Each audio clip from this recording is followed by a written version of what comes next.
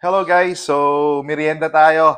So we have ginatan and pritong saging. So ito niluto ni Ate Beng yung pritong saging. Hello, before nga pala tayo magmerienda, no?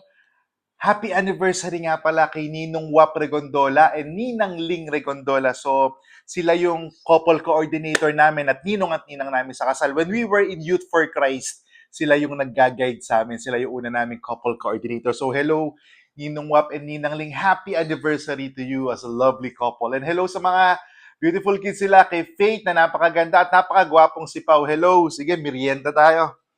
Yung ginatan, bagong luto. Hmm. Harap.